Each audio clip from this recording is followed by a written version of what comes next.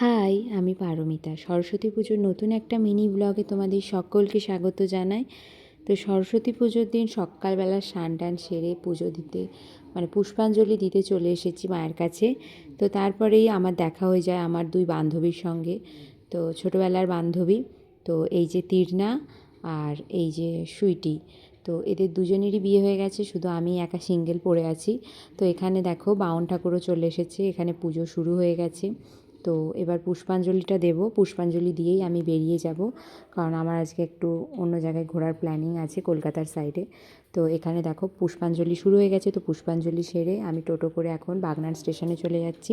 তো বাগনান থেকে ট্রেনে করে আমি চলে এসেছি হাওড়া, তারপর হাওড়া থেকে হাওড়া মেট্রো ধরে আমি চলে এসেছি তোমার দমদমের ঠাকুর দেখতে।